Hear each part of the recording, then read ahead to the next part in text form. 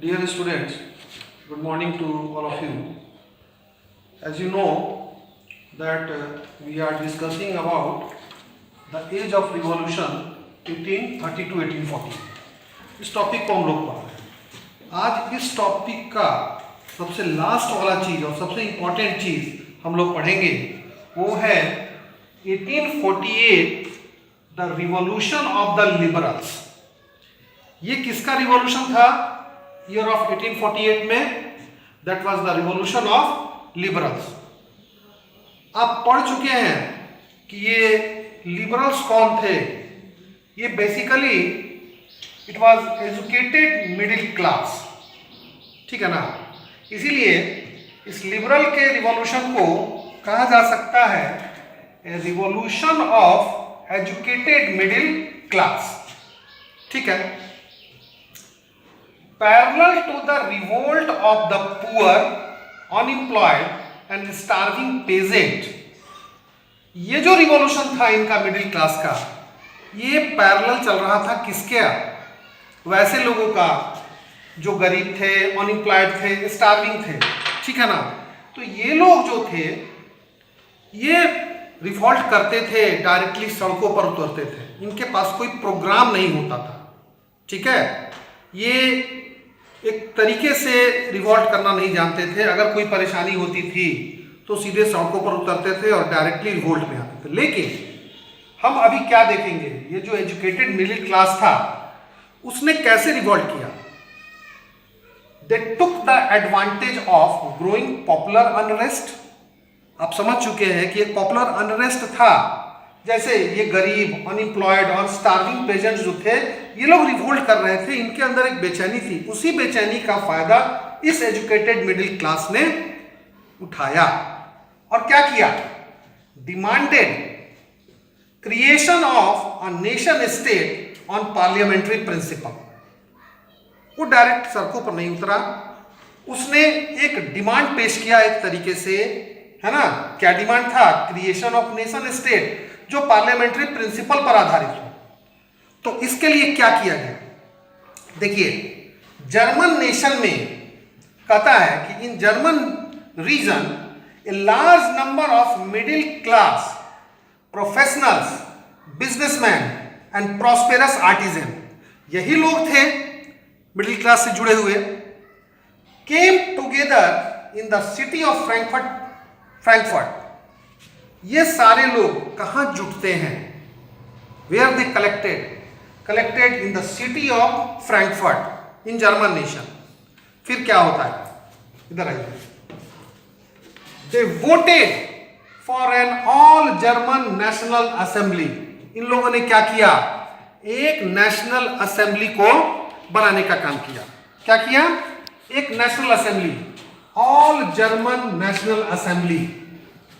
On 18th May 1848, 831 elected representatives marched in the festive procession towards the building of St. Paul Church.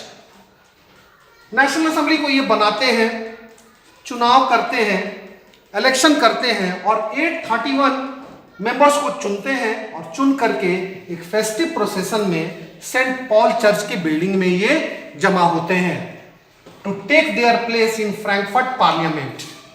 और जो parliament बनती है उस parliament का क्या नाम होता है, वो कैसे पॉपुलर हुआ? That was popular as Frankfurt parliament, ठीक है। उनकी पार्लियामेंट बन गई, उनका नेशनल असेंबली बन गया। वहां क्या किया गया? Drafted a constitution for the German nation. वहां बैठ करके उन लोगों ने जर्मन नेशन का एक कॉन्स्टिट्यूशन को बनाया, एक संविधान को बनाया, जिसमें क्या व्यवस्था दी गई?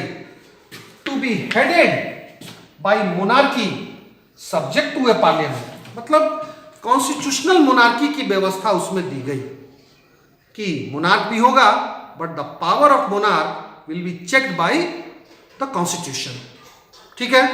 इस अरेंजमेंट को उन्होंने तैयार किया। लेकिन फिर क्या होता है? Frederick William IV, King of Prussia, rejected the proposal. जब फ्रैंकफर्ट पार्लियामेंट के रिप्रेजेंटेटिव्स किंग के पास जाते हैं, अपने प्रपोजल को देते हैं, तो king of Prussia Frederick William four ने उसको क्या किया, उसको रिजेक्ट करने का काम किया।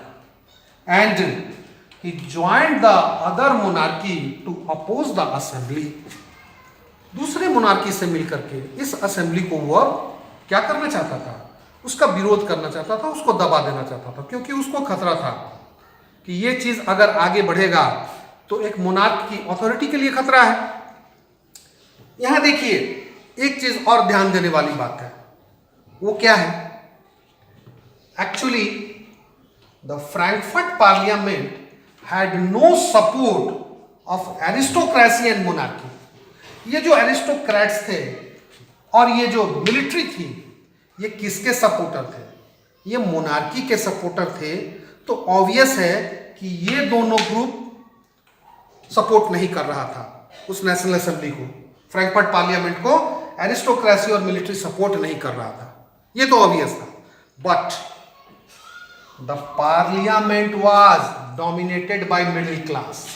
यहां ध्यान देने वाली बात है, ये जो फ्रैंकफर्ट पार्लियामेंट का फॉर्मेशन हुआ था, इसमें कौन सा क्लास डोमिनेट कर रहा था, that was middle class, businessman and professionals. Workers and artisans has no place in this parliament, है ना। यानी कि the parliament was dominated by middle class who resisted the demands of workers and artisan. Workers और artisan के demand को उसने resist कर दिया था and consequently lost their support. तो वर्कर्स और आर्टिजन्स का भी सपोर्ट नहीं था, ऑलरेडी एरिस्टोक्रेसी और मिलिट्री का भी सपोर्ट नहीं था। तो फिर क्या होता है, finally the parliament was forcibly disband by the troops. King जो है वो ट्रूप्स को लाता है और इस पार्लियामेंट को फोर्सली दबा दिया जाता है, समाप्त कर दिया जाता है। तो ये जो लिबरल्स का रिवोल्ट था इन द ईयर ऑफ 1848, इसको सप्रेस कर दिया गया। लेकिन ये रिवोल्ट जो है अदर रिवोल्ट से, पुअर्स, अनएम्प्लॉयड, स्टार्विंग पेजेंट्स, इस तरह के लोगों के रिवोल्ट से ये डिफरेंट था। इसमें एक पॉलिसी थी, एक प्रोग्राम था, लेकिन इसमें कमी क्या थी, इसका सोशल बेस मजबूत नहीं था, इसलिए इसको फोर्सली दबा दिया गया। तो इस तरह से हम देखते हैं कि ये जो 1830 से 1848 के बीच का जो ये एज ऑफ रिवॉल्यूशंस है, इसमें डिफरेंट रिवॉल्यूशंस होते हैं और ये पीरियड लास्ट करता है with the revolution of liberals. तो ठीक है, आज के लिए इतना काफ़ी है। अगले क्लास में हम लोग अगली चीज़ को देखेंगे। Thank you very much.